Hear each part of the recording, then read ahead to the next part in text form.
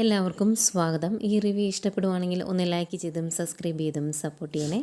അപ്പോൾ സ്റ്റാൻലി അപ്പച്ചനോട് ചോദിക്കുന്നുണ്ട് ഞങ്ങളുടെ വിവാഹം നടക്കാതിരിക്കാൻ വേണ്ടി, അതായത് സ്റ്റാൻലിയും വൈജയന്തിയും തമ്മിലുള്ള വിവാഹം നടക്കാതിരിക്കാൻ വേണ്ടി അപ്പച്ചനും വൈജയന്തിയുടെ വീട്ടുകാരും തമ്മിൽ ഒരു രഹസ്യ ധാരണയില്ലായിരുന്നോ എന്ന് ചോദിക്കുന്നതും അപ്പച്ചനൊന്നും അറിയാൻ മേലാത്തവരെ സംസാരിക്കുവാണ്. എന്ത് രഹസ്യധാരണ, നീ എന്നതാ ഈ പറയുന്നത് എന്ന് ചോദിക്കും. അന്നേരം സ്റ്റാൻലി എടുത്തു ചോദിക്കുന്നുണ്ട്, എങ്ങനെയാണ് ഞാൻ വീട്ടിലോട്ട് വന്ന കാര്യം, അതായത് ഞാൻ വൈജയന്തിയെ ഒറ്റയ്ക്കാക്കിയിട്ട് വീട്ടിലോട്ട് വന്നു എന്നുള്ള കാര്യം അവളുടെ വീട്ടുകാരെങ്ങനെയാണ് അറിഞ്ഞത്, അപ്പച്ചൻ വിളിച്ച് പറഞ്ഞതല്ലേ എന്ന് ചോദിക്കും. അന്നേരം അപ്പച്ചൻ പറയുന്നുണ്ട്, അങ്ങനെ ഞാൻ അവരെ വിളിച്ച് പറഞ്ഞൊന്നുമില്ല, അവരെന്നെ വിളിച്ച് ചോദിച്ചു നീ നാട്ടിലെത്തിയിട്ടുണ്ടോ എന്ന്, എന്നാ പോകുന്നത് എന്ന്, അത് ഞാൻ അങ്ങ് പറഞ്ഞു, അല്ലാതെ വേറെ ഒന്നും ഞാൻ ചെയ്തിട്ടില്ല എന്ന് പറയും. അന്നേരം സ്റ്റാൻലി പറയുന്നുണ്ട്, അതൊന്നും അവർ വെറുതെ ചോദിച്ചതല്ലായിരുന്നു, കാര്യങ്ങൾ കണക്ക് കൂട്ടി നടപ്പിലാക്കാനുള്ള സമയം കരുതിയിരിക്കുമായിരുന്നു, അതുകൊണ്ടാണ് അവരങ്ങനെ ഒരു കാര്യം വിളിച്ച് ചോദിച്ചത് എന്ന് പറയും. അന്നേരം അപ്പച്ചൻ പറയുന്നുണ്ട്, അതിനകത്ത് ഇപ്പോൾ എനിക്ക് എന്നാ ചെയ്യാൻ പറ്റുന്നത്, അവർ വിളിച്ച് ചോദിച്ചപ്പോൾ ഞാൻ കാര്യം പറഞ്ഞതല്ലേ ഉള്ളൂ എന്ന് ചോദിക്കും. എന്നിട്ട് അതിൻ്റെ കൂടെ അപ്പച്ചൻ പറയുന്നുണ്ട്, പിന്നെ നീ ഒരു കാര്യം ഓർക്കണം, ആ ഇടയ്ക്കാണ് നിനക്കൊരു ബൈക്ക് ആക്സിഡൻറ്റ് ഉണ്ടായത്, എന്നിട്ട് നിൻ്റെ അവസ്ഥ എന്തായിരുന്നു എന്ന് നിനക്കറിയാലോ, വെൻറ്റിലേറ്ററിലും ICUവിലും ഒക്കെ ആയിട്ട്, കോമയിലും ഒക്കെ ആയിട്ട് നീ എത്ര കാലമാണ് കിടന്നു പോയത്, ആ കാര്യമൊക്കെ നീ മറന്നോ എന്ന് ചോദിക്കുമ്പം സ്റ്റാൻലി പറയുന്നുണ്ട്, അത് വൈജയന്തിയുടെ വീട്ടുകാർ കരുതിക്കൂട്ടി ഉണ്ടാക്കിയ ഒരു ആക്സിഡൻ്റ് ആണോ എന്ന് എനിക്ക് അന്ന് സംശയം ഉണ്ടായിരുന്നു, ഇപ്പം എനിക്ക് കാര്യങ്ങളൊക്കെ ബോധ്യമാകുന്നുണ്ട്. അന്ന് എൻ്റെ കൂടെ ഉണ്ടായിരുന്ന തോമസ് മരിച്ചുപോയി, ബൈക്കിൽ കൂടെ ഉണ്ടായിരുന്ന ആൾ മരിച്ചുപോയി, എനിക്ക് അത്രത്തോളം പരിക്കേൽക്കുകയും ചെയ്തിരുന്നു, എന്നിട്ടും ആ കേസ് വേണ്ട രീതിയിൽ അന്വേഷിച്ചില്ല, അപ്പച്ചന് അതിൻ്റെ അകത്ത് എന്തോ ഒരു ഇഷ്ടക്കുറവുണ്ടായിരുന്നു, താല്പര്യക്കുറവുണ്ടായിരുന്നു, അതുകൊണ്ടല്ലേ അങ്ങനെ സംഭവിച്ചത് എന്ന് ചോദിക്കും. അന്നേരം അപ്പച്ചൻ പറയുന്നുണ്ട്, എടാ നീ ഒരു കാര്യം ഓർക്കണം, നിന്നെ ഇടിച്ച വണ്ടി ഏതാണ് എന്നറിയത്തില്ല, ആ വണ്ടിയെ പിന്നീട് ഒരിക്കലും കണ്ടെത്താനും സാധിച്ചിട്ടില്ല, അങ്ങനെ തെളിവ് പോലും ഇല്ലാത്തൊരു കേസ് കൊണ്ട് എത്ര കാലം മുന്നോട്ട് പോകും, പിന്നെ അന്നത്തെ നിൻ്റെ അവസ്ഥ നിനക്കറിയത്തില്ലേ, നിൻ്റെ ജീവനായിരുന്നു ഞങ്ങൾക്ക് വലുത്, അതുകൊണ്ടാണ് അതിൻ്റെ പുറകെ ഒന്നും ഞങ്ങൾ പോകാതിരുന്നത് എന്ന് പറയുവാണ്. അന്നേരം സ്റ്റാൻലി പറയുന്നുണ്ട്, അന്ന് എനിക്ക് പല ചോദ്യങ്ങൾക്ക് ഉത്തരം കിട്ടിയില്ലായിരുന്നു, പക്ഷേ ഇന്ന് ഇരുന്ന് ആലോചിക്കുമ്പോൾ പലതും എനിക്ക് കണക്ട് ചെയ്ത് എടുക്കാൻ സാധിക്കുന്നുണ്ട് എന്ന് പറയും. അന്നേരം അപ്പച്ചൻ പറയുന്നുണ്ട്, എന്താണെങ്കിലും നീ ഇനി ഇപ്പം വന്ന് ഈ കേസിൻ്റെ പുറകെ ഒന്നും പോയേക്കരുത് എന്ന്. അന്നേരം സ്റ്റാൻലി പറയുവാണ്, അച്ഛാ കുറേ വർഷങ്ങൾക്ക് മുമ്പ് എനിക്കൊരു മകളുണ്ടായിരുന്നു എന്നും അവളിപ്പോഴും ജീവിച്ചിരിപ്പുണ്ട് എന്നും ആലോചിക്കുമ്പം എനിക്കൊരു വിഷമമാണ് എന്ന് പറയുവാണ്. അന്നേരം അപ്പച്ചൻ പറയും, എടാ അതൊന്നും നീ ഓർക്കേണ്ട കാര്യമില്ല, അങ്ങനെ ഒരു മകളുണ്ടെങ്കിൽ തന്നെ അവളിപ്പം വളർന്ന് വലുതായിട്ടുണ്ട്, വിവാഹപ്രായമൊക്കെ ആയിട്ടുണ്ട്, അതൊക്കെ ഏറ്റെടുത്തിട്ടുണ്ടെങ്കിലേ അത് വലിയ ബുദ്ധിമുട്ടായി മാറും, അടയ്ക്കുകയാണെങ്കിൽ മടി വയ്ക്കാം, അടയ്ക്കാൻ മരമാണെങ്കിൽ മടി വയ്ക്കാൻ പറ്റത്തില്ലല്ലോ, അതുകൊണ്ട് നീ ആ പുറകെ പോയേക്കരുതെന്ന് പറയുന്നു. പക്ഷെ ഇങ്ങനെ വിഷമിച്ചിങ്ങനെ ആലോചിച്ചിരിക്കുവാണ് സ്റ്റാൻലി. പിന്നെ കാണിക്കുന്നത് ബാലേന്ദ്രനെയാണ്. രാവിലെ എഴുന്നേറ്റ് ബാലേന്ദ്രൻ പത്രം വായിക്കാൻ റെഡിയായിട്ട് നിൽക്കുന്നു. ചായ കൊണ്ട് കൊടുത്തിട്ടുണ്ട് അലീന, എന്നിട്ട് പത്രം കൈ പിടിച്ചിങ്ങനെ വായിച്ചുകൊണ്ടിരിക്കുകയാണ് അലീന. അന്നേരം ആ പത്രം ഇങ്ങോട്ട് കൊണ്ട് താടി വേണേ എന്നിങ്ങനെ പറയുമ്പോൾ, അതെ ചായ കുടിച്ച് കഴിഞ്ഞേ പത്രം തരുവുള്ളൂ, അല്ലെങ്കിൽ അത് ആറിപ്പോകുമെന്ന് പറയും. എന്തെങ്കിലും ബാലേന്ദ്രൻ ആ ചായ എടുത്ത് പെട്ടെന്ന് കുടിച്ച് തീർക്കുവാണേ. അന്നേരം അലീന ചോദിക്കും, അച്ഛാ ആ വിളിക്കാമെന്ന് പറഞ്ഞ ആൾ വിളിച്ചില്ലല്ലോ, ഇനി നമുക്ക് അതിന് വേണ്ടി വെയിറ്റ് ചെയ്യണോ, നമുക്ക് വേറെ എന്തെങ്കിലും നോക്കിക്കൂടെ എന്ന് ചോദിക്കും. അന്നേരം ബാലേന്ദ്രൻ പറയുന്നുണ്ട്, നമുക്ക് കുറച്ച് നാളുകൂടി ഒന്ന് വെയിറ്റ് ചെയ്യാം, ഏതായാലും അതിനൊരു ഫലം ഉണ്ടാവും എന്ന് പറയുമ്പം അതിൻ്റെ ആവശ്യമുണ്ടോ, എനിക്ക് വലിയ പ്രതീക്ഷയൊന്നുമില്ല എന്ന് പറയും.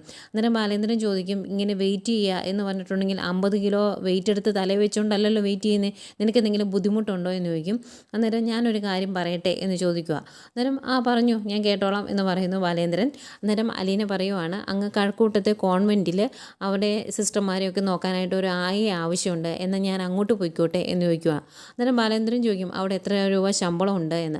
അന്നേരം വലിയ ശമ്പളമൊന്നുമില്ല, എങ്കിലും എനിക്ക് അവരെ നോക്കി അവിടെ നിൽക്കാമല്ലോ എന്ന് പറയുമ്പം, എന്താ നിനക്കിപ്പോൾ അങ്ങോട്ട് പോകണമെന്ന് ഇത്ര നിർബന്ധം, ഏതായാലും ഒന്ന് വെയിറ്റ് ചെയ്യേ എന്ന് ഞാൻ പറഞ്ഞില്ലേ എന്ന് ചോദിക്കുമ്പം അലീന പറയുവാണ്, അച്ഛാ ഇന്ന് നാളെ എന്ന് പറഞ്ഞാൽ എത്ര നാളെ ഇങ്ങനെ നിൽക്കുന്നത്, വാക്കിനൊരു വില വേണ്ടേ അച്ഛാ എന്ന് ചോദിക്കുമ്പോൾ, ഇപ്പം ഇവിടുന്ന് പോകാൻ എന്താ നിനക്ക് ഇത്ര നിർബന്ധം, ഇത്ര ധൃതി, നീ എന്താ ഈ വീട്ടിലുള്ളവരെയും ഈ വീടിനൊക്കെ അത്രയ്ക്ക് അങ്ങ് വെറുത്തോ എന്നൊക്കെ ചോദിക്കുമ്പോൾ, അതല്ല അച്ഛാ മാഡത്തിന് ഇങ്ങോട്ട് വരണ്ടേ എന്ന് ചോദിക്കും. അന്നേരം ദേഷ്യം വന്നിട്ട് ബാലേന്ദ്രൻ ചോദിക്കുവാണ്, മാഡം ഇങ്ങോട്ട് വന്നിട്ട് എന്നാ കാണിക്കാനാ, ഒന്നും ചെയ്യാനില്ല, നിൻ്റെ പറച്ചിൽ കേട്ടാൽ തോന്നുമല്ലോ മാഡം ഇങ്ങോട്ട് വന്നിട്ട് പാലും പഴമൊക്കെ ഒഴുക്കുമെന്ന്, ഒന്നും സംഭവിക്കാൻ പോകുന്നില്ല, ഇവിടെ കിടന്ന് ഇന്ന വരയ്ക്കും, അല്ലാതെ വേറെ ഒന്നും സംഭവിക്കില്ല എന്ന് പറഞ്ഞ് ഭയങ്കരമായിട്ട് അങ്ങ് ദേഷ്യപ്പെടുവാണേ. അന്നത്തെ അലീന, എൻ്റെ പൊന്നെ ഞാൻ പറഞ്ഞതെല്ലാം തിരിച്ചെടുത്തു പോരെ എന്ന് ചോദിക്കുമ്പോൾ, അതാ നല്ലത് എന്ന് പറഞ്ഞിട്ട് ഭയങ്കരമായിട്ട് ദേഷ്യപ്പെട്ട് പോയിരിക്കുവാണേ. അത് കഴിഞ്ഞും അലീനയ്ക്ക് ഒന്നുകൂടി ഒന്ന് ചോദിച്ച് നോക്കണമെന്നൊക്കെ ഉണ്ട്, എത്രയും പെട്ടെന്ന് ഒരു സ്ഥലത്തേക്ക് മാറുക, വൈജയന്തി വീട്ടിലേക്ക് വരിക, അതാണ് അലീനയുടെ ഉദ്ദേശം. പക്ഷേ ബാലേന്ദ്രൻ ഇങ്ങനെ ദേഷ്യപ്പെട്ട് നിൽക്കുന്നുണ്ട്, ഒരു പേടി. ഇങ്ങനെ കുറച്ച് നേരം നോക്കി നിൽക്കും, അത് കഴിഞ്ഞ് വാതക്കൽ വരെ പോകും, അത് കഴിഞ്ഞ് ഒന്നുകൂടി ഒന്ന് തിരിഞ്ഞ് നോക്കും, അത് കഴിഞ്ഞ് അങ്ങ് പോവാം, വേറെ നിവൃത്തിയില്ല എന്നോർത്ത്.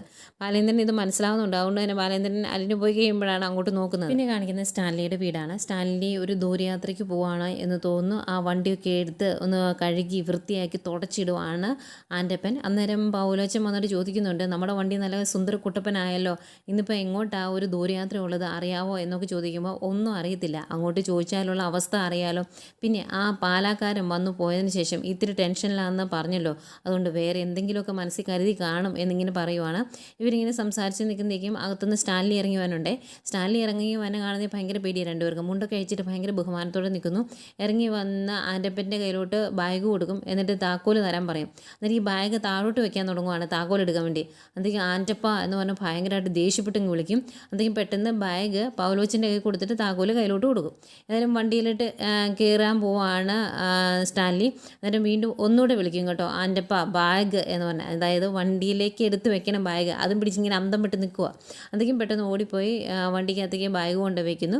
ഏതായാലും സ്റ്റാൻലി വണ്ടിയെ കയറി, വണ്ടി സ്റ്റാർട്ടാകും. ഒന്ന് വണ്ടി റേസ് ചെയ്തൊക്കെ നോക്കുന്നുണ്ട്, ശബ്ദമൊക്കെ ക്ലിയർ ആണോ എന്നൊക്കെ ആയിരിക്കും. അന്നേരം എല്ലാം ഇങ്ങനെ പേടിച്ച് നോക്കി നിൽക്കുക കേട്ടോ ആൻ്റപ്പൻ. ഇനി വണ്ടിക്ക് എന്തെങ്കിലും കംപ്ലയിൻ്റ് ഉണ്ടെങ്കിൽ അതിനെ ചീത്ത കേട്ടാലോ എന്ന് ഓർത്താൽ. ഏതായാലും കുറച്ച് റേസ് ചെയ്തൊക്കെ നോക്കി പ്രശ്നമൊന്നും ഇല്ല എന്നറിഞ്ഞ് വണ്ടി എടുത്തുകൊണ്ട് അങ്ങ് പോകുന്നു. ഇവർ ഇങ്ങോട്ട് പുറത്തേക്ക് പോന്നു കഴിയുമ്പം സ്റ്റാൻലി പുറത്തേക്ക് പോന്നു കഴിയുമ്പോഴത്തേക്കും ആൻ്റപ്പനും പൗലോച്ചനോട് പറയുന്നുണ്ട്, എന്തോ പ്രശ്നമുണ്ട് ആ പോക്ക് കണ്ടിട്ട് എന്ന്. ഈ സമയം ഇവിടെ ബാലേന്ദ്രൻ പുറത്തേക്ക് പോകാൻ വേണ്ടി റെഡിയാകുമായിരുന്നു. അലീൻ അമ്മത്തേക്ക് ഒരു ചായ കൊണ്ട് കൊടുക്കും.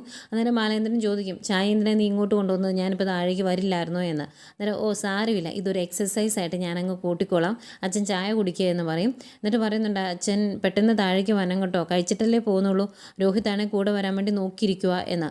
അന്നേരം അവൻ എന്തിനാ എൻ്റെ കൂടെ വരുന്നത്, അവൻ്റെ ബൈക്ക് ശരിയാക്കി കിട്ടിയില്ലേ എന്ന് ചോദിക്കുമ്പോൾ, ഇല്ലെന്നേ 2 ദിവസത്തോടെ എടുക്കുമെന്നാണ് അവർ പറഞ്ഞത് എന്ന് പറയും. എന്നാൽ നീ പൊയ്ക്കോ, ഞാൻ പെട്ടെന്ന് അങ്ങ് വന്നോളാം എന്ന് പറയുമ്പം, ചായ കുടിച്ചിട്ടേ വരാവുള്ളൂ കേട്ടോ എന്ന് പറയുമ്പോൾ, അതൊക്കെ ഉള്ളൂ എന്ന് പറയും. ഈ അലീന അവിടെ നിൽക്കുമ്പം തന്നെ സ്റ്റാൻലിയുടെ ഫോൺ കോൾ വരുന്നുണ്ട്. അതുകൊണ്ട് പെട്ടെന്ന് അലീനെ അങ്ങ് ഒഴിവാക്കുവാണ്.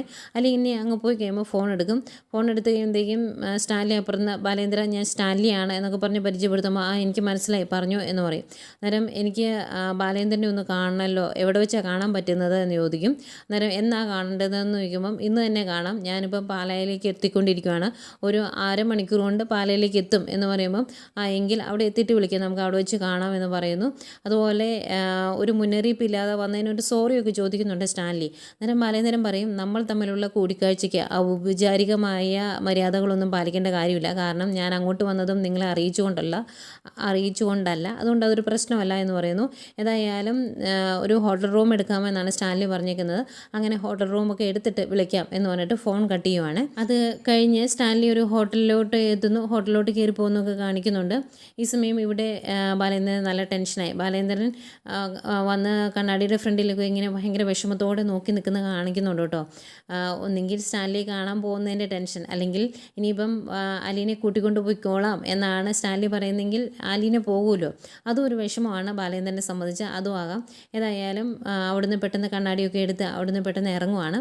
അങ്ങനെ സ്പീഡിൽ ധൃതി വെച്ച് ഇറങ്ങി പോകുന്ന കാണുമ്പോഴത്തേക്കും അലീനെ ചോദിക്കും, എന്താ അച്ഛൻ എന്തെങ്കിലും പ്രശ്നമുണ്ടോ, അച്ഛൻ എന്താ ഇത്ര ധൃതി കാണിക്കുന്നത്, എന്തെങ്കിലും ടെൻഷനുണ്ടോ അച്ഛനെന്ന് ചോദിക്കും. അന്നേരം എനിക്ക് ടെൻഷനൊന്നുമില്ല, അതെന്താ നീ അങ്ങനെ ചോദിച്ചതെന്ന് ചോദിക്കുമ്പം, അല്ല ഞാൻ നേരത്തെ വന്ന് കാണുമ്പം അച്ഛന് ടെൻഷനൊന്നുമില്ലായിരുന്നു, പക്ഷേ ഭക്ഷണം കഴിച്ചുകൊണ്ടിരിക്കുന്ന സമയത്തൊന്നും അച്ഛനൊന്നും മിണ്ടിയില്ലല്ലോ, എന്തെങ്കിലും ടെൻഷനുണ്ടോ, എന്തെങ്കിലും ബുദ്ധിമുട്ടുണ്ടോ എന്ന് ചോദിക്കുമ്പം, ഒരു ബുദ്ധിമുട്ടും ഇല്ലെന്നേ, ഞാൻ കടയിലെ കുറച്ച് കാര്യങ്ങൾ ആലോചിക്കുമായിരുന്നു എന്ന് പറയും. അന്നേരം അലീന ഇങ്ങനെ സംശയത്തോടെ നോക്കിയിട്ട്, അങ്ങനെ കടയിലെ കാര്യങ്ങളൊന്നും വീട്ടിലോട്ട് കൊണ്ടുവരുന്ന ആളല്ലല്ലോ അച്ഛൻ എന്ന് പറയുമ്പോൾ, ഓ അങ്ങനെയാണല്ലേ, ഇപ്പം നിനക്കിത് വിശ്വാസമായില്ല, പക്ഷേ എനിക്ക് വിശ്വസിപ്പിക്കാനുള്ള സമയമില്ല, ഞാനൊന്ന് പോട്ടെ, പിന്നെ കാണാവേ എന്ന് പറഞ്ഞ് പെട്ടെന്ന് വണ്ടിയിലേക്ക് പോയി കയറുവാണ്. എന്നിട്ട് ഡോർ അടയ്ക്കും. അപ്പോഴത്തേക്കും സ്റ്റാൻലിയുടെ അടുത്ത് കോള് വരുന്നു. സ്റ്റാൻലി വിളിച്ചിട്ട് പറയുന്നുണ്ട്, ഞാൻ ഹോട്ടലിൽ റൂം എടുത്തു, ഹോട്ടൽ ഏതാണ് എന്നൊക്കെ പറയുന്നു. ആ ഹോട്ടൽ അറിയാവോ എന്ന് ചോദിക്കുമ്പോൾ ബാലേന്ദ്രൻ പറയുന്നുണ്ട്, എൻ്റെ സുഹൃത്തിൻ്റെ ഒരു ഹോട്ടലാണ്, ഞാൻ അങ്ങോട്ട് വന്നോളാം എന്നാൽ ശരി എന്ന് പറഞ്ഞിട്ട് ഫോം വയ്ക്കുന്നു. ഫോം വെച്ച് കഴിഞ്ഞ് അങ്ങനെ ആലോചിച്ച് ഇങ്ങനെ ഇരിക്കുവാണ്. എന്തോ ടെൻഷനുണ്ട് ബാലേന്ദ്രന്. അന്നേരം അലീന അത് ശ്രദ്ധിക്കുന്നു. വിളിക്കുന്നുണ്ട്. അലീന പിന്നെയും വന്ന് വണ്ടിയെ തട്ടും. എന്നിട്ട് ബാലേന്ദ്രൻ ഗ്ലാസ് കത്തി കഴിയുമ്പോൾ എന്താ അച്ഛൻ എന്തെങ്കിലും ടെൻഷൻ ഉണ്ടോ എന്ന് ചോദിക്കും. അന്നേരം അതെ ഞാൻ എന്തോ മറന്നതുപോലെ എനിക്ക് തോന്നുക, നീ എൻ്റെ റൂമിൽ ചെന്ന് ഞാൻ റൂം ലോക്ക് ചെയ്തിട്ടുണ്ടോ എന്നൊന്ന് നോക്കാൻ പറയും. അന്നേരം അലീന അതിന് അച്ഛൻ റൂം ലോക്ക് ചെയ്യാറില്ലല്ലോ എന്ന് പറയുമ്പോൾ അതാ എൻ്റെ സംശയം, ഞാൻ ഇന്ന് റൂം ലോക്ക് ചെയ്ത് താക്കോൽ എവിടെയോ വെച്ചതായിട്ട് ഓർക്കുന്നുണ്ട്, അവിടെ നീ ഒന്ന് പോയി ചെക്ക് ചെയ്തേ എന്ന് പറയുന്നു. അലീനയ്ക്ക് ചെറിയ സംശയമുണ്ട്, എങ്കിലും അലീന അകത്തേക്ക് കയറിപ്പോവും. അലീന അങ്ങ് പോയി കഴിയുന്നതേ ബാലേന്ദ്രൻ പെട്ടെന്ന് ഗോവർദ്ധനെ വിളിക്കുവാണ്. എന്നിട്ട് ഇറങ്ങാറായോ എന്ന് ചോദിക്കും. അന്നേരം ഒരു 10 മിനിറ്റ് ഞാൻ ഇറങ്ങുക ബാലേട്ട എന്ന് പറയുമ്പം എങ്കിൽ എത്രയും പെട്ടെന്ന് ഇറങ്ങണം എന്ന് പറയുവാണ്. എന്നത്തെ 5 മിനിറ്റ് ഇതേ ഇപ്പോൾ ഇറങ്ങും എന്ന് പറയുമ്പോഴത്തേക്കും ഫോൺ കട്ട് ചെയ്യും. അന്നേരം അവിടുന്ന് ഗോവർദ്ധൻ ചോദിക്കുന്നുണ്ട് കേട്ടോ എങ്ങോട്ടാ വരേണ്ടത് എന്ന്. അതിനുള്ള മറുപടി ഒന്നും ബാലേന്ദ്രൻ പറയുന്നില്ല. ഏതായാലും ഗോവർദ്ധൻ സ്വർണ്ണക്കടയിലേക്ക് ചെല്ലുമായിരിക്കും. ഏതായാലും പെട്ടെന്ന് ബാലേന്ദ്രൻ വണ്ടി എടുത്തുകൊണ്ട് ഇറങ്ങി പോരുന്നു. ഈ സമയം അലീന പുറത്തേക്ക് ഇറങ്ങി വരും. എന്നിട്ട് പോയോ, ഇതെന്താ ഇന്ന് ഇങ്ങനെ, എന്തോ ഒരു കുഴപ്പമുണ്ടല്ലോ എന്നൊക്കെ ഇങ്ങനെ നിന്ന് ആലോചിക്കുന്നുണ്ട് അലീന. അത് കഴിഞ്ഞ് അലീന അകത്തേക്ക് കയറി പോകുന്നു. എന്നിട്ട് ശരണ്യെ വിളിക്കുവാണ്. ശരണ്യ ഭയങ്കര പഠിത്തത്തിലായിരുന്നു. എന്നിട്ട് വിളിച്ചിട്ട് വിശേഷങ്ങളൊക്കെ ചോദിക്കുമ്പം ശരണ്യ അങ്ങോട്ട് വിളിക്കാത്തതിൻ്റെ കുറേ പരിഭവമൊക്കെ പറയും. അന്നേരം അലീന പറയുന്നുണ്ട്, നിന്നോട് ഞാൻ പറഞ്ഞതല്ലായിരുന്നു ഞാനൊരു യാത്രയ്ക്ക് പോവാണ്, കുറച്ച് ദിവസം കഴിഞ്ഞേ വിളിക്കുള്ളൂ. പിന്നെ എന്തിനാ നീ ഇപ്പോൾ പരിഭവം പറയുന്നേ എന്ന് ചോദിക്കുമ്പോൾ, എന്നാലും വന്നിട്ട് 2-3 ദിവസം ആയില്ലേ, എന്നെ എന്നിട്ട് വിളിച്ചില്ലല്ലോ എന്ന് പറയുമ്പോൾ, ആഹാ നീ ഇതൊക്കെ അറിയുന്നുണ്ടോ, നീ ഇവിടെ സ്പൈ വർക്കിന് ആരെങ്കിലും നിർത്തിയിട്ടുണ്ടോടി എന്നൊക്കെ ചോദിച്ച് കുറച്ച് കുശലമൊക്കെ ചോദിക്കും. പിന്നെ നന്നായിട്ട് പഠിക്കുന്നുണ്ടോ എന്നൊക്കെ ചോദിക്കുമ്പോൾ നന്നായിട്ട് പഠിക്കുന്നുണ്ട്. പിന്നെ ഒരു കാര്യം ഞാൻ ചോദിക്കട്ടെ, ചേച്ചി ഇവിടുന്ന് പോകുവാണ് എന്ന് പറഞ്ഞത് നേരാണോ എന്ന് ചോദിക്കും. അന്നേരം അതേടി പോകണം എന്ന് പറയുമ്പം, വേണ്ട ചേച്ചി ഇവിടുന്ന് പോകുന്ന കാര്യം ഓർക്കുമ്പോഴേ എനിക്ക് വിഷമമാണ് എന്ന് പറയുമ്പം, പോകാതെ നിവൃത്തിയില്ല മോളെ, പിന്നെ പോയാലും നീ വിഷമിക്കൊന്നും വേണ്ട, ഞാൻ ഇടയ്ക്കിടയ്ക്ക് വന്ന് നിന്നെ കണ്ടോളാം, അതുപോലെ ഫോണൊക്കെ വിളിച്ചോളാം, ടെൻഷൻ അടിക്കേണ്ട കേട്ടോ, നീ പഠിക്കുക എന്ന് പറയും. എന്നിട്ട് അമ്മ അടുത്ത് നിൽപ്പുണ്ടോ എന്ന് ചോദിക്കും. ഉണ്ടെന്ന് പറയുമ്പോൾ അമ്മയ്ക്ക് കൊടുക്കാൻ പറയും.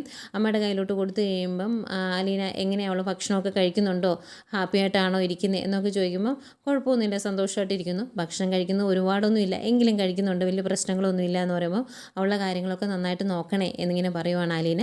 അങ്ങനെ പറഞ്ഞു നിൽക്കുന്ന അലീനയെ കാണിച്ചുകൊണ്ടാണ് ഇന്നത്തെ കഥ തീരുന്നത്.